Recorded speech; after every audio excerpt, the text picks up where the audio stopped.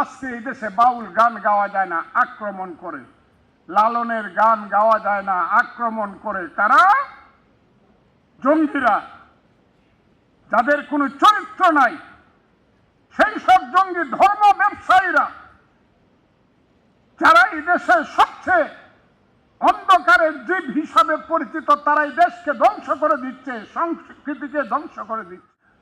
নজরুল ইসলাম যখন জন্মগ্রহণ করে 1899 সনের 24শে মে, বাংলায় 21শে জ্যৈষ্ঠ, এর 2-3 বছর আগে এবং পিছনে বেশ কয়েকজন তার বন্ধু জন্মগ্রহণ করেছিল। তার মধ্যে একজন হল কবি জসিমউদ্দিন।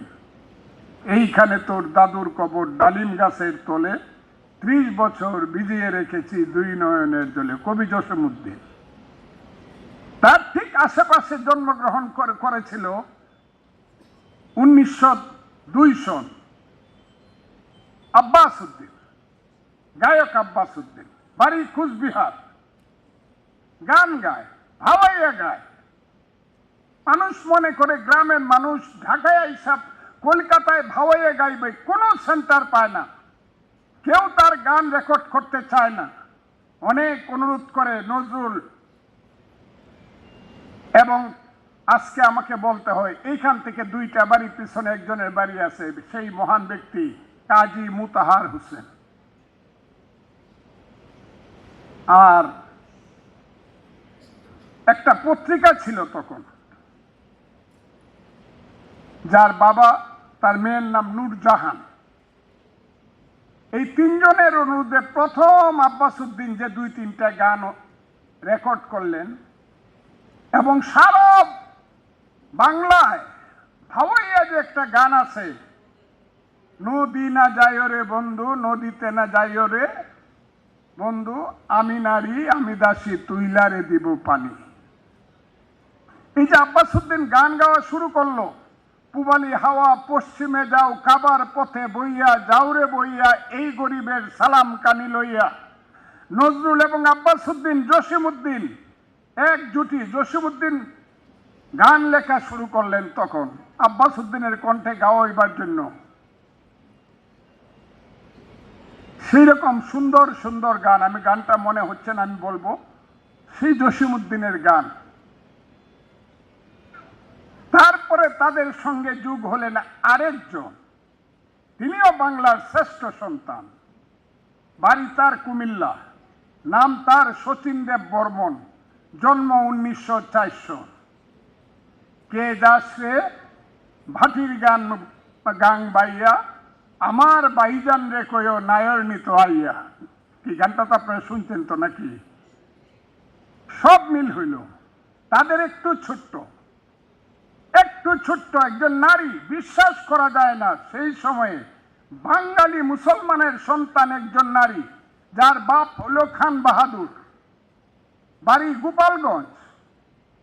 সেই নারী কিশোরী গান গাইতে আসলেন, তার নাম ফিরোজা বেগম।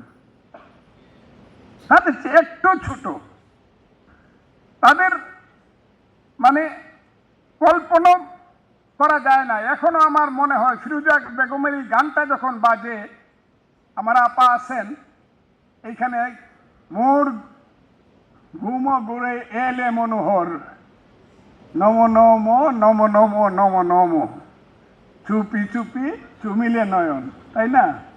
কাছে এসে চুমি চুমি চুপি চুমি চুমিলে নয়ন। ফিরোজা বেগমের কণ্ঠে গান হচ্ছে, অকল্পনীয় ব্যাপার। বাঙালি মুসলমান খান বাহাদুরের মেয়ে ফিরোজা বেগম গান গাইতেছে, আর মোল্লারা বলতে কাফের কাফের, দেশদ্রোহী। ঠিক আরেকজন নারী বলতেছে, ফিরোজা তুমি গান গাও, শুধু তুমি আমার সঙ্গে আসো, সবকিছু তোমাকে দিয়ে দিব, আমার যা অর্জন। তার নাম বেগম রুকেয়া। 1936 সন, 37 সন, 38 সন, বেগম রুকেয়া। দেখেন কতগুলো মানুষের সম্মিলন। বেগম রুকেয়াকে তখনকার মোল্লারা বলতো কাফের। তার আপন বড় বোনের ছেলে ছিল টাঙ্গাইলে বাড়ি, মন্ত্রী ছিল, নামটা বললাম না, তাও বইলা ফেলি, গজনবী, একে গজনবী, আব্দুল করিম গজনবী। আব্দুল করিম গজনবী ছোট খালারে বলতো, আমার খালার তো খালু মারা গেছে অনেক আগে, একটা বিয়ে দিলে পরে খালা এইসব কামার করবে না, এইসব ধরনের জঘন্য কথাও নারীদের বিরুদ্ধে বলা হয়েছে। তো সেই সমাজ, যে সমাজে বলছে এক বৃন্তে দুইটি কুসুম, হিন্দু মুসলমান, হিন্দু তার নয়নমণি, মুসলিম তার প্রাণ। আজকে এই কবিতাটা লেখলে তসলিমা নাসরিনের মতো বাইর করে দিতে আরো 500 মহিলারে। যে কবিতা নজরুল 1921 সন, 22 সন, 23, 24, 25, 26, 41 সন পর্যন্ত কবি নজরুল যে কবিতাগুলো লেখছে, হ্যাঁ, মোল্লা পুরুত লাগিয়েছে ধর্মশালায় তালা, এই কথা কইলে উপায় আছে নাকি? এখন এন আইসে লাঠি নিয়ে খারাইব, মুরতাদ, জানাজা পড়া যাবে না, ওরা মরলে কাফের, দুজনে যাবে, এই ধরনের ফতোয়া হবে। এবং এই দেশটাকে অন্ধকারে নেওয়ার জন্য এই যে লোকজন, এইটা কিন্তু পাকিস্তান আমলেও ছিল না। পাকিস্তান আমলেও কিন্তু নৃত্যশিল্প ছিল অনেক সুন্দর। পাকিস্তান আমলে গ্রামে গ্রামে যাত্রা পালা হইতো, কথাটা ঠিক না বেঠিক বলেন, যাত্রার দল হইতো। 65 থেকে 66 সন পর্যন্ত পাকিস্তান আমলে বাংলাদেশে এমন একটা যাত্রা পালা হইতো, যে যাত্রা পালার নাম গ্রামীণ ভাষায় বলা হইতো রূপবান। মুদের বাড়ির দক্ষিণ পাশে গো, ও দাইমা কিসের বাদ্য বাজে গো, আমার দাইমা দাইমা গো। মানুষ পাগল হয়ে গেছিল। তখনও তখনকার পাকিস্তান আমলের মোল্লারাও আজকের মোল্লারা যে অত্যাচার করে, আজকের সাম্প্রদায়িক শক্তি যে অত্যাচার করে, সেই অত্যাচার ছিল না। গ্রামে গ্রামে যাত্রা গান ছিল। প্রত্যেক বছর আষাঢ়, শ্রাবণ, ভাদ্র, আশ্বিন মাস সুন্দর সময়ে, এটাকে বলে গ্রীষ্ম, কোনো অনুষ্ঠান হতো না, বর্ষার অনুষ্ঠান হতো, গানের অনুষ্ঠান, রবীন্দ্রসঙ্গীত, শরৎ নাটকের অনুষ্ঠান, নাটক হইতো, স্কুল কলেজ ভিত্তিক নাটক, জমিদার বাড়িতে তালুকদার বাড়িতে পূজা হতো, হিন্দুদের নাটক, স্কুল কলেজের ছেলেরা নাটক করত। হেমন্তকালে কি হইতো? বাউল গান। আমার এলাকার কথা আমি বলছি, বাউল গান। আমি হাওর অঞ্চলের মানুষ। হেমন্তকাল, আশ্বিন আসার সাথে সাথে কোথায় আছে শাহ আব্দুল করিম, তাকে নিয়ে আসো গান গাওয়ার জন্য। শাহ আব্দুল করিম আসতেন।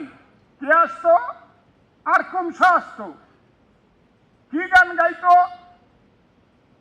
আগে কি সুন্দর দিন কাটাইতাম, গ্রামের নৌজওয়ান হিন্দু মুসলমান, হ্যাঁ, গান গাইতো। কি গান গাইতো শাহ আব্দুল করিমরা? কেন পিরিতি বাড়াইলাই রে বন্ধু, সাইরা যায় ভাই যদি। কে আসতো গান গাইতে? উকিল মুন্সি।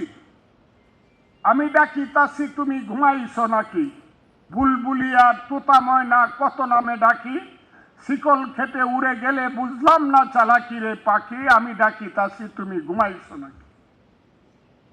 আমি জালাল খার গান শুনছি, থাকতে কুদা প্রেম সুধা পান কররে পাগলা মন, দিন গেলে দিন আর পাবে না ভাটায় যদি লয় যৌবন, থাকতে কুদা প্রেম সুধা পান কররে পাগলা মন।